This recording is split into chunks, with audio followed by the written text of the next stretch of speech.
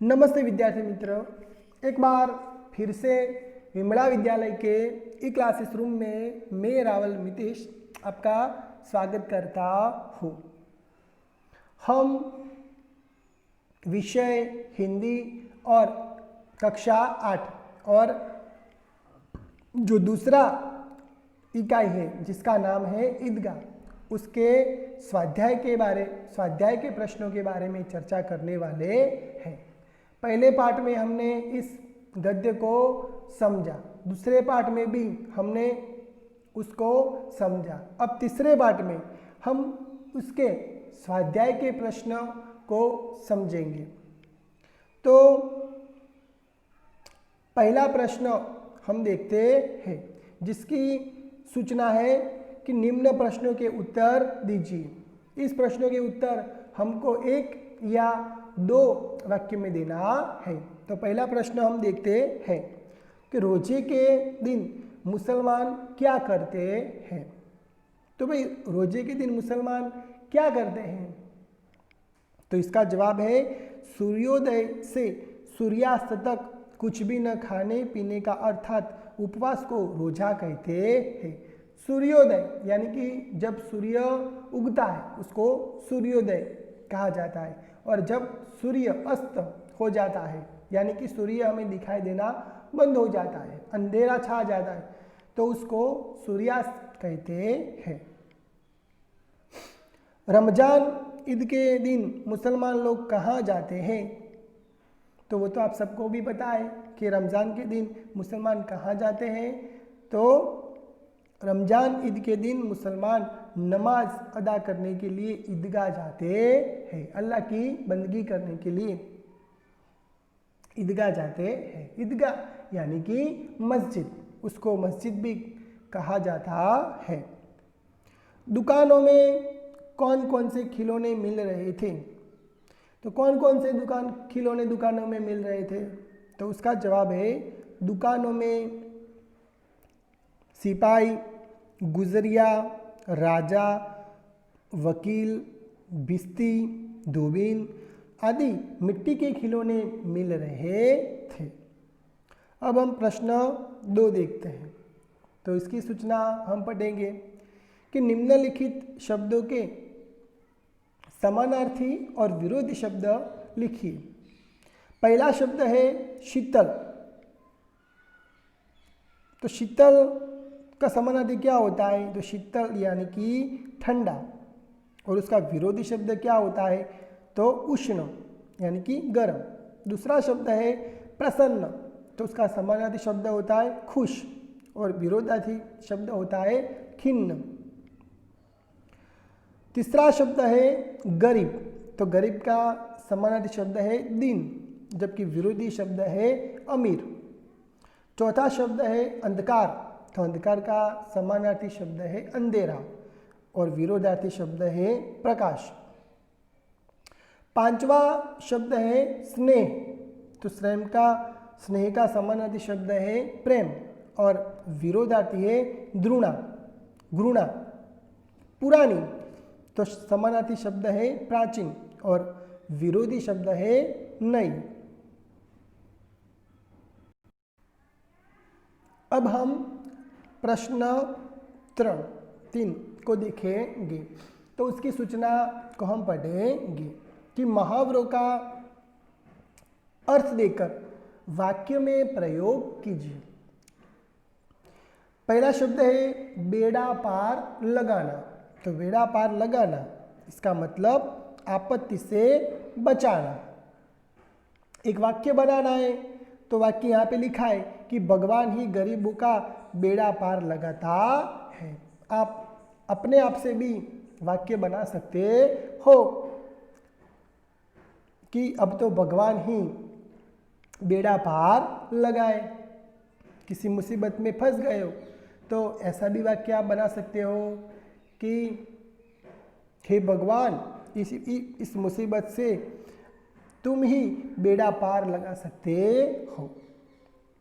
अब हम दूसरा वाक्य देखते हैं। बाल बांका न होना यानी कि जरा भी नुकसान न होना।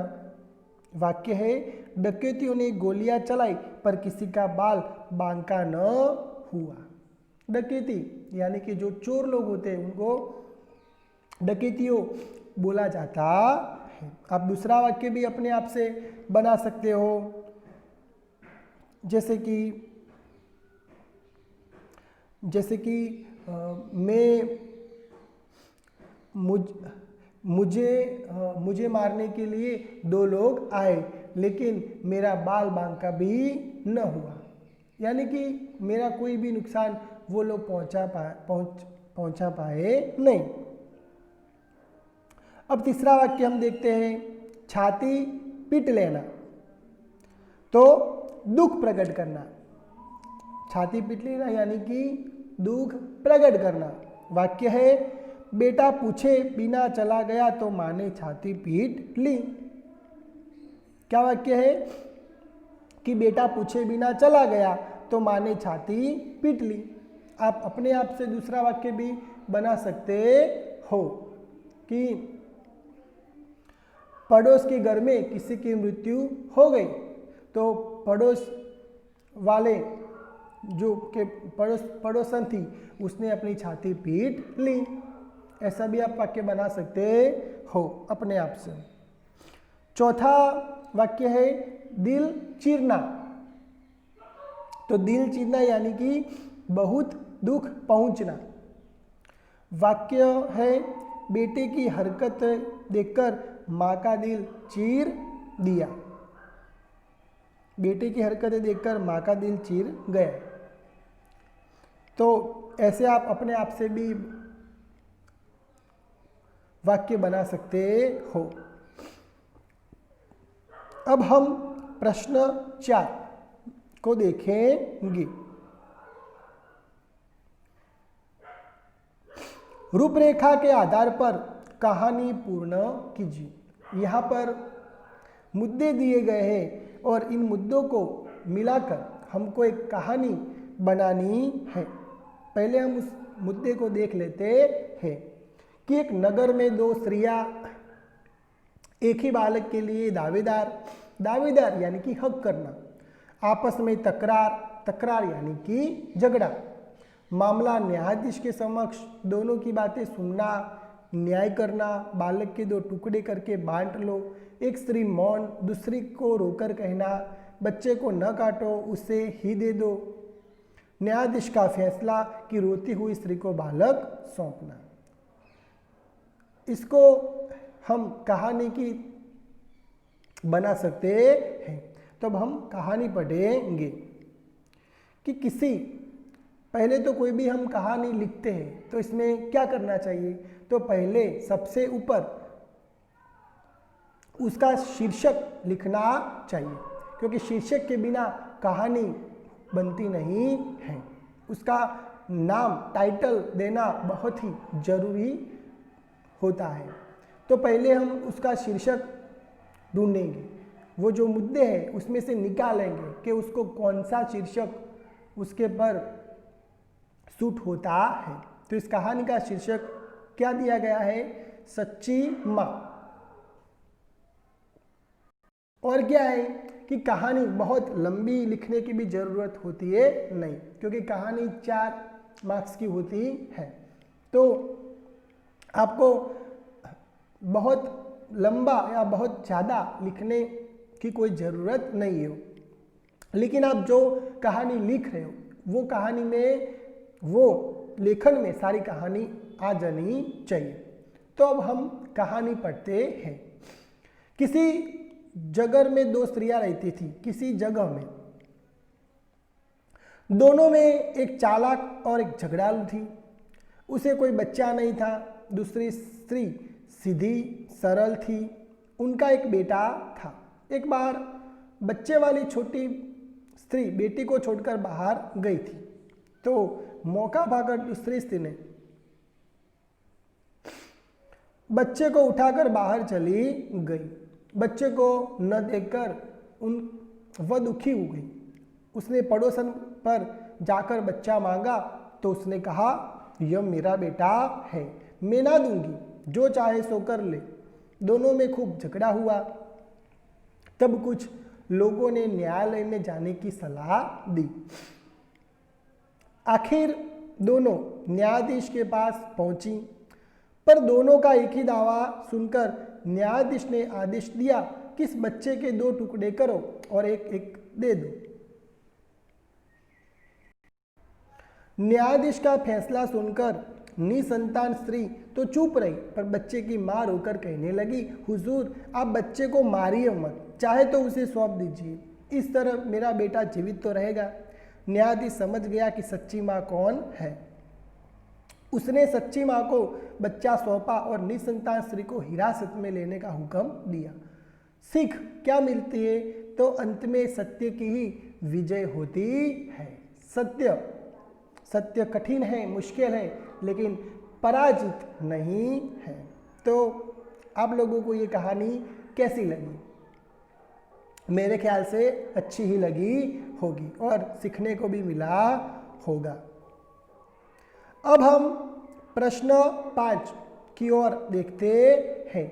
निम्नलिखित अपूर्ण कहानी को अपने शब्दों में पूर्ण कीजिए। तो एक कहानी अपूर्ण शब्दों में दी गई है, आपको उसको पूर्ण करना है।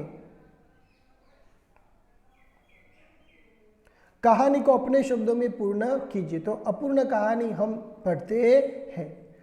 मौसम में ठंडक बढ़ने लगी थी। माँ सोचने लगी कि इस बार ज़्यादा स्वेटर बनाकर बेचने हैं, जिससे अरुण की 12वीं कक्षा की फीस और खर्चा निकाला जा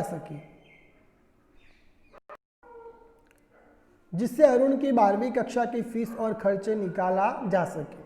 अरुण के पापा न थे, एक बड़ी बहन थी। अरुण घर में पैसे आए उसके लिए सोचता रहता हूँ। गर्मी की छुट्टियों थी। अरुण मुंबई मामा के घर आया था। टीवी पर कौन बनेगा करोड़पति कार्यक्रम चल रहा था। मामा की सहायता से अरुण ने केबीसी के संचालकों से संपर्क किया। भाग्य ने साथ दिया और हॉट सीट पर बैठने का मौका मिला। अरुण के सामने अमिताभ बच्चन बैठे थे। उन्होंने अरुण का परिचय दिया। फिर शुरू हुआ प्रश्न का सफर।